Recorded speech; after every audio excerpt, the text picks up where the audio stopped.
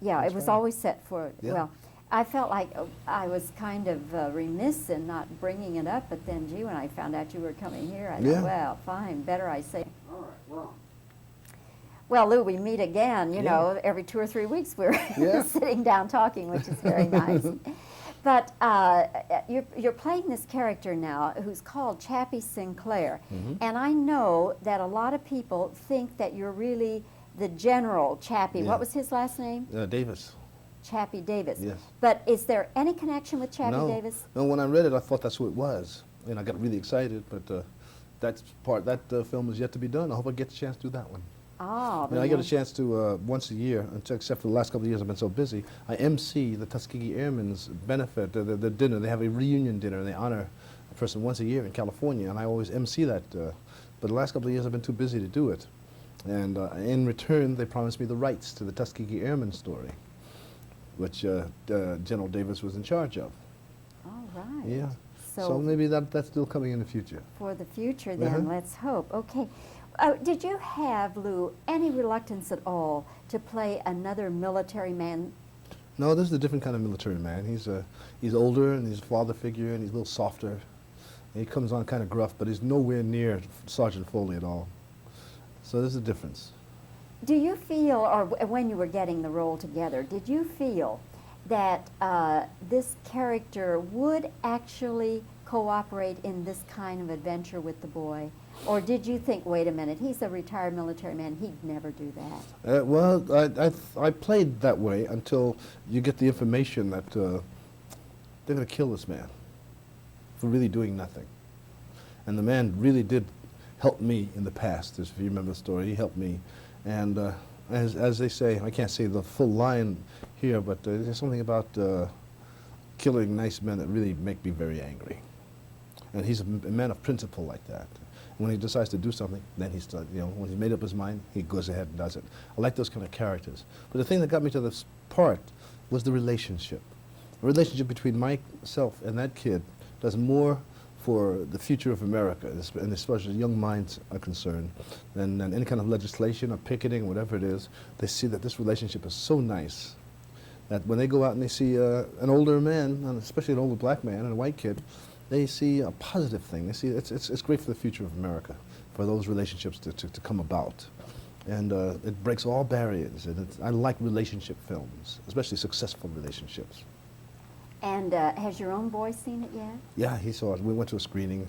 And as a matter of fact, you know, I have another son. Yes, You know that. are you going to adopt that boy? I'm trying. I'm doing the proceedings now.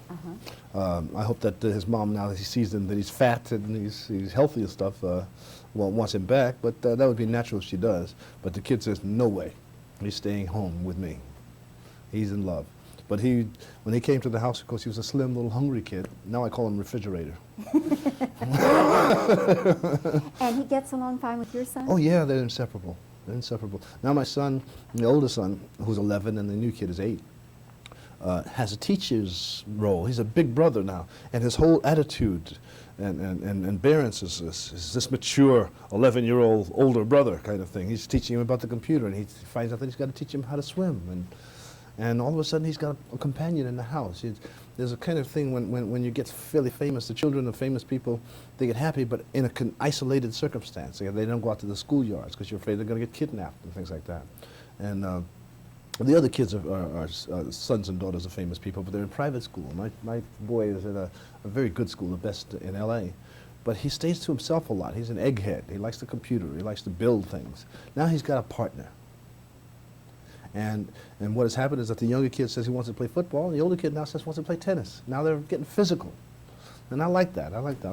I'm a sports nut, you know, and all of a sudden I have these fantasies of watching my two sons, sitting in the stands and watching my two sons beat up on the opponents. So what's involved? The mother would have to agree to Yeah, it? of course she'd have to agree. Even though she didn't successfully take care of her children, that shouldn't be a penalty to her. You know, I just wanted to make sure that at least this one, I followed my dollar straight to this child. And I want to make sure that he does that for the rest of his life. So if I don't adopt him at all, and he has to go back to St. Louis, I'll make sure that he has his education anyway. And his name is? Is Sharon, S-H-A-R-R-O-N, Anthony Jones. And your own son, his name? Is Satie, S-A-T-I-E. Yes. Yeah. Okay. Double S. Okay. Lou, one last question about Enemy Mine. Uh-huh. I thought that was going to be just a blockbuster. I thought so too. And it's doing okay. It's a blockbuster in Europe. Everywhere else in the world, it's a blockbuster. There's still lines around the block. It's breaking records in Europe. Because of Wolfgang. Because of Wolfgang and the quality of the film. See, they're not as hypercritical with the first two-thirds, of course. I think that's one of the greatest films ever made, the first two-thirds. And then when it goes into the violence with the scavengers and stuff, it kind of looks like another film. So we see more films. We get oversaturated with film. So when we, as audiences and as critics, we're a little spoiled in a sense, you know. We can pick out certain things and because of it, it doesn't make much business. But in Europe, they look at the film, they look at the work, they look at the technical stuff, and they look at the performances. And that last third doesn't matter to them. They see what the good part of it is. And it'll be a first run probably for months and months. All right. Yeah. That's going to make you feel good. It makes me feel very good. Okay. Well, Lou, let's see if you're not doing anything in 2 or 3 weeks. Let's meet again. Yeah, let's come up with another film. Thank you very much. It's beautiful weather here, too. Oh, isn't it? Yeah. Thank Look, on a corn farm in Kansas. It's amazing how much they have in stockpiles, you know, and as far as food is concerned, just so that the price stays level. They can do the same thing, and they pour milk down in a stream just to keep the prices and surplus milk. They can go into bellies and stuff. They can keep the prices the same way. Just go into bellies.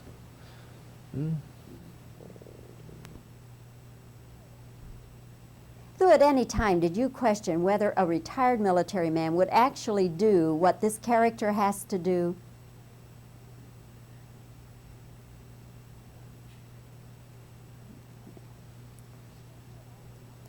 Were you at all reluctant to play another military man?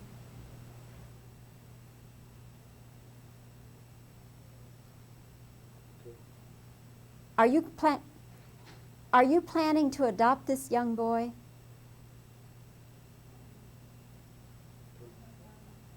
How does your son get along with him?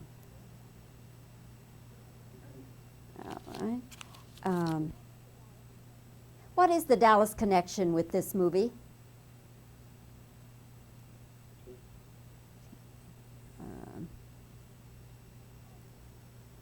How do you justify what these people do in this movie, stealing the F-16s to begin with?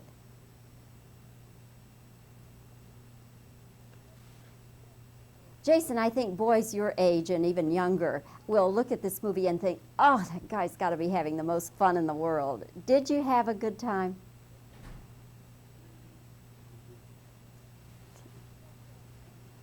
Was there any sort of reality to this role that you could personalize?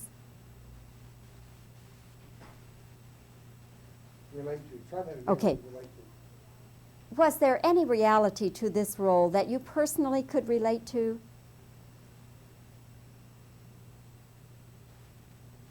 Okay. What is it like to go through 6 auditions for a role? Okay, now then. How will you feel if people compare this movie with Rambo?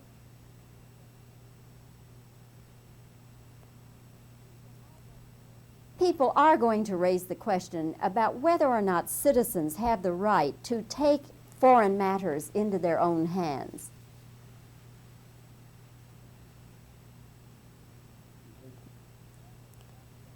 Where did you get the F-16s?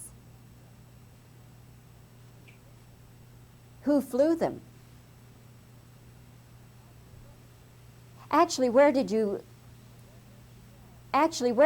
film the aerial sequences? Wasn't airspace a problem? Was there any international incidents? Yeah. Were there any sort of international incidents?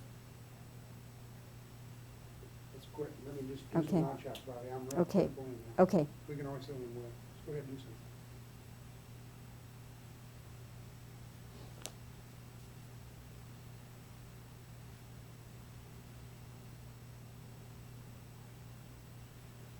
We're just gonna let these run out. And if they tear up, then it's okay, but sometimes they won't tear up.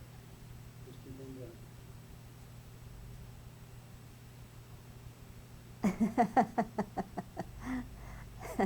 going.